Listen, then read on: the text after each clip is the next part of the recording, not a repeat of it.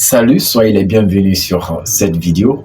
Aujourd'hui, nous allons développer un sujet très important pour toutes les personnes qui veulent écrire les livres, qui veulent inspirer le monde entier à travers leurs idées. Écrire un livre ne vous demande pas d'aller faire des années à étudier.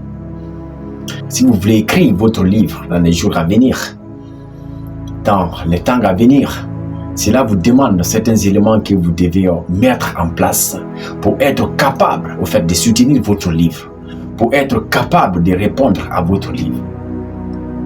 C'est pas parce que je suis un écrivain, j'ai déjà écrit les livres, donc il me faut de vous donner ces conseils. À travers mes imaginations, à travers ce que je pense au fait, écrire un livre demande certaines étapes à franchir, demande certains éléments pour que les gens, au fait, soient inspirés. Parce que c'est le plus important. Si votre livre a touché les personnes, ce que les personnes veulent avoir dans leur vie, si ça les touche, si ça donne solution aux autres, la personne veut réussir à travers votre livre. Après la lecture de votre livre, la personne a essayé de passer à l'action. La personne, le fait, à réussir ce qu'il voulait, c'est-à-dire obtenir, à atteindre son objectif. C'est ça qu'on appelle un bon livre.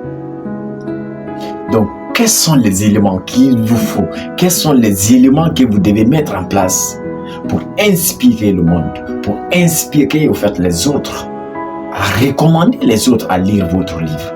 N'oubliez pas que la plupart des personnes veulent écrire les livres.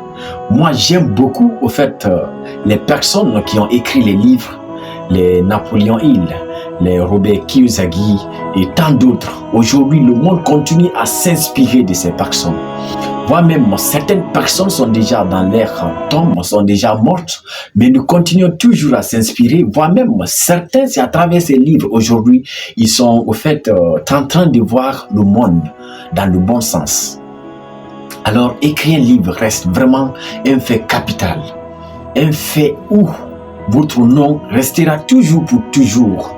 Les générations à venir vont s'inspirer. C'est-à-dire, vous, ce qui veut dire, c'est votre corps qui est disparu, en fait, mais vous-même, vous êtes toujours là. Votre âme est là parce que les gens continuent toujours à parler de vous, à parler de vos méthodes, à parler de vos expériences. Donc, écrire un livre, c'est très important. Chacun a un livre. Même votre histoire, là où vous êtes maintenant là, constitue, fait déjà un livre. Peu importe la qualité de votre livre, c'est déjà un livre. Imaginez, pensez à votre vie, pensez à votre histoire, pensez à tout ce que vous avez traversé dans votre vie. Cela se fait déjà un livre. Donc, le premier élément que vous devez savoir, vous devez vivre les réalités de votre livre. C'est-à-dire avoir ce que vous parlez dans votre livre, ce que vous démontrez dans votre livre, ce que vous recommandez aux personnes. Si vous-même vous avez vécu la chose, c'est-à-dire c'est juste une histoire que vous êtes en train de transmettre, cela va impacter beaucoup de personnes. Parce que ce n'est pas de la philosophie, mais c'est de la réalité. C'est très important. Donc si vous voulez écrire un livre, il est très important de vivre cette vie vous-même avant de recommander aux autres, avant de donner une formule. Cela permettra aussi aux autres de dire oui, s'il a fait ça, pourquoi pas moi? Et oui, ils vont passer à l'action. Donc, il ne s'agit pas de raconter n'importe quoi juste parce que tu veux écrire un livre. Mais vous devez, au fait, mettre en place les réalités, les preuves. Voire même si on vous appelle, c'est-à-dire à témoigner, si on vous fait appel à faire l'interview de votre livre, vous êtes capable de donner pourquoi vous avez écrit le livre et voire même avoir chaque partie en tête. C'est très important parce que vous avez vécu toutes ces choses qui se trouvent dans votre livre. Seulement certains les livres sont invisibles, on ne les voit pas. Mais certains c'est visible, ceux qui ont écrit les Napoléon Hill, les Robert Kiyosaki, voilà, et tant d'autres personnes qui ont écrit les livres. Donc j'aimerais vous dire, si vous voulez écrire un livre physique, pas ceux qui ont des livres, mais les livres invisibles, jusqu'à voir même partir dans la tombe avec les livres. C'est pas de ces personnes que je parle. Je parle de ceux qui veulent mettre en réalité les livres. Donc le dernier élément, même si vous n'avez pas de compétences, même si vous n'avez pas fait l'activité que je vais dire par là, à travers les interviews, Ça, c'est le deuxième élément. À travers les recherches, à travers, au fait, les demandes, les personnes qui ont vu, c'est-à-dire qui ont vécu cette vie, vous pouvez avoir aussi des expériences pour inspirer les autres. Vous pouvez avoir, au fait, les formules pour inspirer les autres.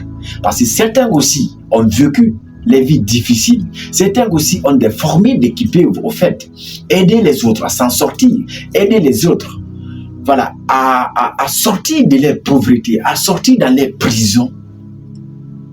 Mais ces personnes ne sont pas capables de mettre ces mots sur papier, de mettre les livres invisibles, c'est-à-dire transformer les livres invisibles en livres physiques.